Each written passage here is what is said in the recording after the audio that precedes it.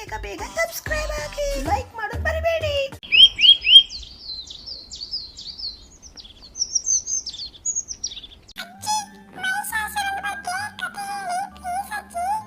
ಆಯಿತು ಮಕ್ಕಳ, ಗಮನವಿಟ್ಟು ಕೇಳಿ, ಹೇಳ್ತೀನಿ ನಾನೀಗ. ಒಂದು ರಾಜ್ಯದಲ್ಲಿ ಒಬ್ಬ ದುಷ್ಟ ಮಹಿಷಾಸುರನ ಇದ್ದ. ಅವನು ಜನರಿಗೆ ತುಂಬ ಕಿರುಕುಳ ನೀಡುತ್ತಿದ್ದ.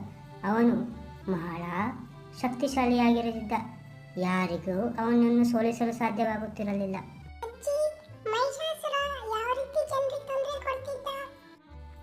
ಋಷಿಗಳಿಗೆ ಯಾಗ ಯಜ್ಞ ಮಾಡೋಕ್ಕೆ ಬಿಡ್ತಿರ್ಲಿಲ್ಲ. ಊರಲ್ಲಿ ಜನರು ನೆಮ್ಮದಿಯಾಗಿ ಬದುಕಕ್ಕೆ ಬಿಡ್ತಿರ್ಲಿಲ್ಲ. ದೇವತೆಗಳು ಎಲ್ಲ ಸೇರಿ ಮಹಿಷಾಸುರ ವಿರುದ್ಧ ಹೋರಾಟ ಮಾಡಲು ಸಿದ್ಧರಾದರು. ಆ ಹೋರಾಟದಲ್ಲಿ ಮಹಿಷಾಸುರ ಗೆದ್ದ.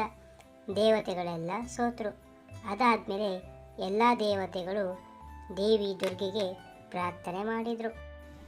ಅಜ್ಜಿ, ದೇವಿ ದುರ್ಗಾ ಯಾರವಳು?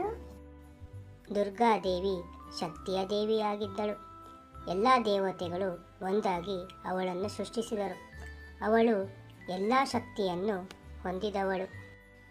ಅವಳು ಮಹಿಷಾಸುರನನ್ನು ಹೇಗೆ ಸೋಲಿಸಿದಳು ಅಜ್ಜಿ? ದುರ್ಗಾದೇವಿ ತನ್ನ 10 ಕೈಗಳಲ್ಲಿ 10 ಶಸ್ತ್ರಗಳನ್ನು ಹಿಡಿದು ಸಿಂಹದ ಮೇಲೆ ಕುಳಿತು ಮಹಿಷಾಸುರನ ವಿರುದ್ಧ ಹೋರಾಟ ಮಾಡಿದಳು. ಅವಳ ದಿಟ್ಟತನದಿಂದ ಮಹಿಷಾಸುರನನ್ನು ವಶ ಮಾಡಿದಳು.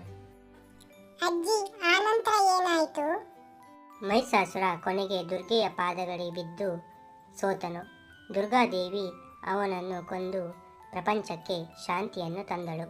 ಈ ಕಥೆಯಿಂದಾಗಿ ನಾವು ನವರಾತ್ರಿ ಹಬ್ಬವನ್ನು ಆಚರಿಸುತ್ತೇವೆ. ಅಸುರರ ಮೇಲೆ ದೇವಿಯ ವಿಜಯವನ್ನು ಸಂಭ್ರಮಿಸುತ್ತೇವೆ. ಇದು ಸತ್ಯದ ಮೇಲೆ ಅಸತ್ಯದ ವಿಜಯವನ್ನು ಪ್ರತಿನಿಧಿಸುತ್ತದೆ.